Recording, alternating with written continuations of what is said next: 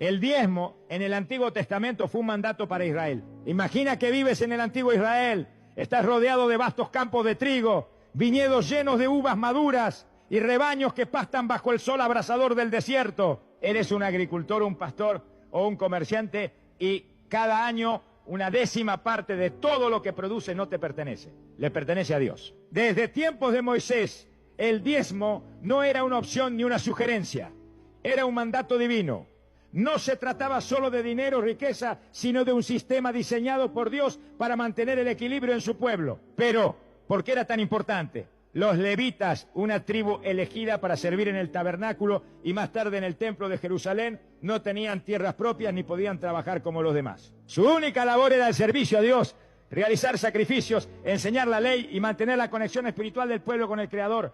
Pero ellos también necesitaban comer, vestirse y sustentar a sus familias. Aquí es donde entra el diezmo. Dios estableció un principio claro: el pueblo proveería para los levitas a través del diezmo. En Números 18, 21, Dios declara a los hijos de Leví: he dado todos los diezmos en Israel por heredad, por su ministerio, por cuanto ellos sirven en el ministerio del tabernáculo de reunión. Esto significaba que el 10% de todo lo producido por las demás tribus sería entregado a ellos como una provisión sagrada. Pero no solo los levitas se beneficiaban del diezmo. En Deuteronomio 14, 28 y 29, Dios da una orden adicional. Cada 3 años el diezmo debía destinarse a los pobres, huérfanos, viudas y extranjeros que vivían en la tierra. Era una forma de justicia social, un mecanismo divino para garantizar que nadie quedara en el abandono. Ahora, detente un momento y piensa en esto. El diezmo en Israel no era un sistema de enriquecimiento personal para los sacerdotes, era una estructura de sostenimiento del culto, justicia y equidad. Sin embargo, con el tiempo algo comenzó a cambiar. La historia bíblica nos muestra que Israel no siempre fue fiel en dar sus diezmos. Hubo periodos de decadencia espiritual en los que el pueblo se olvidaba de su compromiso con Dios, dejando el templo en ruinas y permitiendo que los levitas sin sustento tuvieran que abandonar su ministerio para trabajar en el campo. Fue entonces cuando los profetas levantaron su voz. Uno de los mensajes más duros viene del libro de Malaquías 3:10, donde Dios desafía al pueblo con estas palabras: traed todos los diezmos al alfolí y haya alimento en mi casa, y probadme ahora en esto, dice Jehová de los ejércitos, si no os abriré las ventanas de los cielos y derramaré sobre vosotros bendición hasta que sobreabunde. Este versículo ha sido usado innumerables veces para enseñar sobre el diezmo en la iglesia moderna, pero aquí surge una pregunta clave. ¿Este mandato sigue vigente para los cristianos hoy en día? El Antiguo Testamento dejó claro que el diezmo era un requisito específico para Israel, un sistema diseñado para un contexto particular. Pero cuando Jesús vino, su enseñanza cambió muchas cosas. ¿Será que el diezmo es un mandato eterno o simplemente una ley de la antigua alianza? Aquí es donde entra la figura de Jesús, quien aunque mencionó el diezmo en sus enseñanzas, también lo confrontó desde una nueva perspectiva. Y esto nos lleva al siguiente punto. Jesús ratificó o superó el diezmo. El tiempo había pasado. El sistema del Antiguo Testamento seguía vivo en la cultura judía, pero algo estaba a punto de cambiar. Un hombre había llegado a desafiar la tradición, a trastocar las estructuras religiosas y a poner el corazón por encima de las reglas. Jesús de Nazaret. Los fariseos eran los guardianes de la ley. Ellos diezmaban meticulosamente hasta el más mínimo detalle. No solo daban el 10% de su cosecha de trigo o su ganado, sino también de especias insignificantes como la menta, el eneldo y el comino. Todo debía estar contabilizado. A primera vista parecían modelos de devoción, pero Jesús veía más allá de sus acciones externas. Un día, en una de sus confrontaciones más duras, Jesús les lanzó una advertencia demoledora.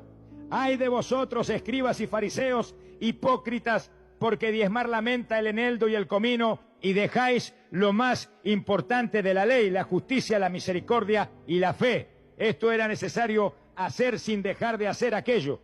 Mateo 23, 23. Este versículo ha sido utilizado por muchos para argumentar que Jesús ratificó el diezmo, ya que dice sin dejar de hacer aquello, pero detengámonos un momento.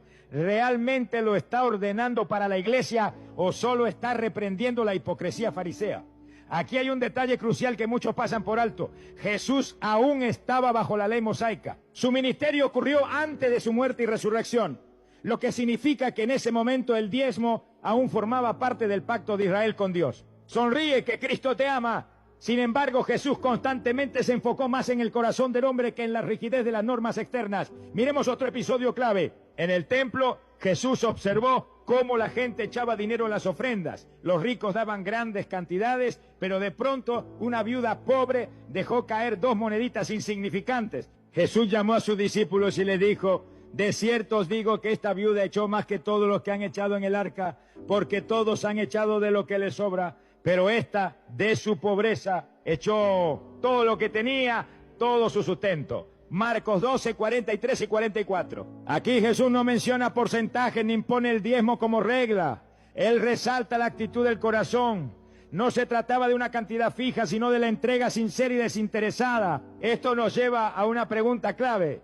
Si el diezmo era tan importante, ¿por qué Jesús nunca lo ordenó explícitamente a sus seguidores? Cuando Jesús instituyó el nuevo pacto, ya no estableció una regla del 10%, sino un principio mucho más profundo: dar con generosidad y amor, sin restricciones ni imposiciones. Los apóstoles entendieron esto y nunca enseñaron a los cristianos a diezmar. En el libro de los Hechos y en las cartas de Pablo, Pedro, Santiago y Juan, no hay un solo versículo donde se ordene el diezmo como obligación para la iglesia. En su lugar, encontramos otro principio revolucionario: cada uno dé como propuso en su corazón, no con tristeza ni por necesidad, porque Dios ama al dador alegre. Segunda de Corintios 9, 7. Aquí ya no se habla de un 10%, sino de un acto de amor y libertad. Jesús superó el sistema del diezmo e introdujo un concepto más elevado: dar sin restricciones, sin presiones, con un corazón dispuesto. Pero si esto es así, ¿por qué muchas iglesias hoy en día siguen predicando el diezmo como una obligación? Esto nos lleva al siguiente punto.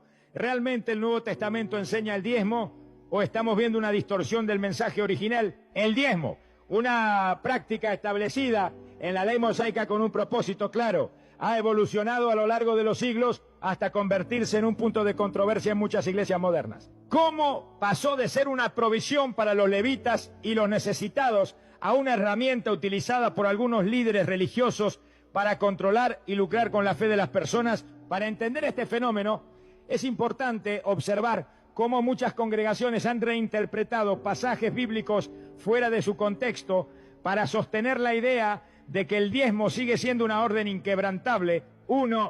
El uso de Malaquías 3:10 como herramienta de presión. Uno de los versículos más utilizados para predicar sobre el diezmo es Malaquías 3:10.